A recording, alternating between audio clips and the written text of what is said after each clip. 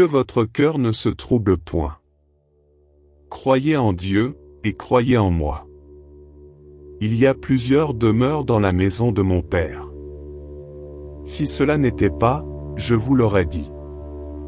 Je vais vous préparer une place.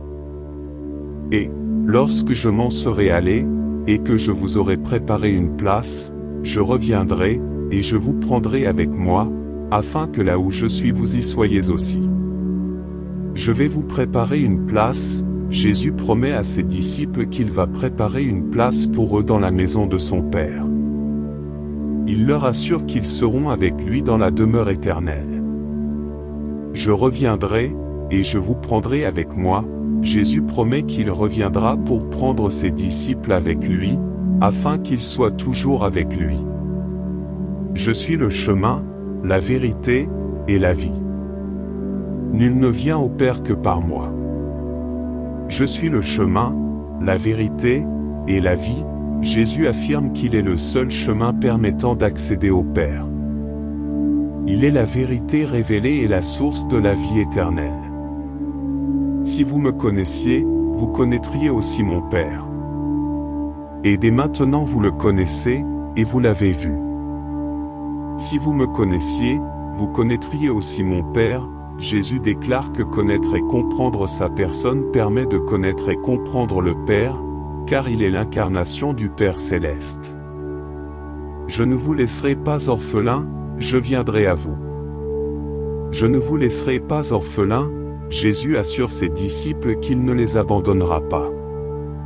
Même s'il s'en va physiquement, il promet de leur envoyer un réconforteur, l'Esprit Saint, qui sera avec eux. Je viendrai à vous. Jésus promet qu'il viendra à ses disciples par l'intermédiaire de l'Esprit Saint, assurant ainsi sa présence continue parmi eux. Chapitre 15. Demeurez en moi, et je demeurerai en vous. Comme le sarment ne peut de lui-même porter du fruit, s'il ne demeure attaché au cep, ainsi vous ne le pouvez non plus, si vous ne demeurez en moi. Demeurez en moi, et je demeurerai en vous. Jésus exhorte ses disciples à rester en lui, à demeurer en communion étroite avec lui.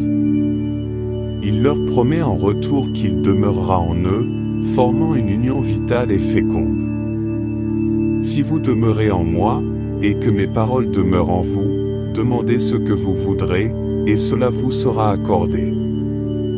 Demandez ce que vous voudrez, et cela vous sera accordé. Jésus promet que si ses disciples demeurent en lui et que ses paroles demeurent en eux, leurs prières seront exaucées selon la volonté de Dieu.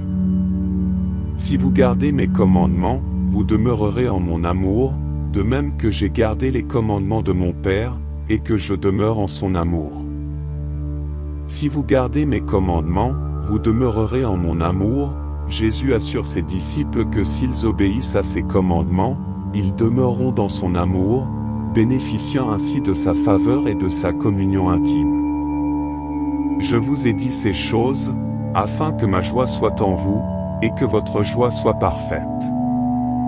Ma joie soit en vous, et que votre joie soit parfaite.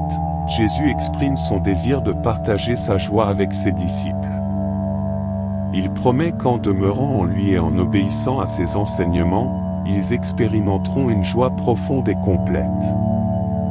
Chapitre 16.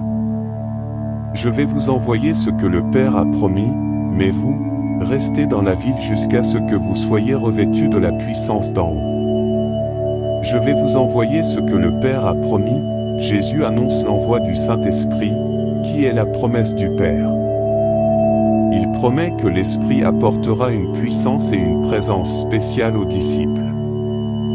Il vous convient que je m'en aille, car si je ne m'en vais pas, le Consolateur ne viendra pas vers vous, mais, si je m'en vais, je vous l'enverrai. Si je ne m'en vais pas, le Consolateur ne viendra pas vers vous. Jésus explique que son départ physique est nécessaire pour que l'Esprit Saint puisse venir habiter en eux. Il promet d'envoyer le Consolateur, qui sera leur compagnon et leur guide. Quand le Consolateur sera venu, l'Esprit de vérité, il vous conduira dans toute la vérité. L'Esprit de vérité, Il vous conduira dans toute la vérité. Jésus promet que l'Esprit Saint guidera les disciples dans la connaissance de la vérité divine. Il les aidera à comprendre les enseignements de Jésus et à vivre conformément à eux. Il me glorifiera, parce qu'il prendra de ce qui est à moi, et vous l'annoncera. Il me glorifiera. Jésus affirme que le Saint-Esprit glorifiera Jésus en révélant aux disciples tout ce qui appartient à Jésus. L'Esprit les guidera dans la compréhension et l'annonce des enseignements et de l'œuvre de Jésus. En vérité, je vous le dis, vous pleurerez et vous vous lamenterez, et le monde se réjouira, vous serez dans la tristesse, mais votre tristesse se changera en joie. Votre tristesse se changera en joie. Jésus annonce que bien que les disciples passent par des épreuves et des moments de tristesse, leur douleur sera transformée en joie grâce à sa résurrection et à la venue de l'Esprit Saint. Jésus leur parla de nouveau, et dit, « Je suis la lumière du monde, celui qui me suit ne marchera pas dans les ténèbres, mais il aura la lumière de la vie. » Jean chapitre 8, verset 12.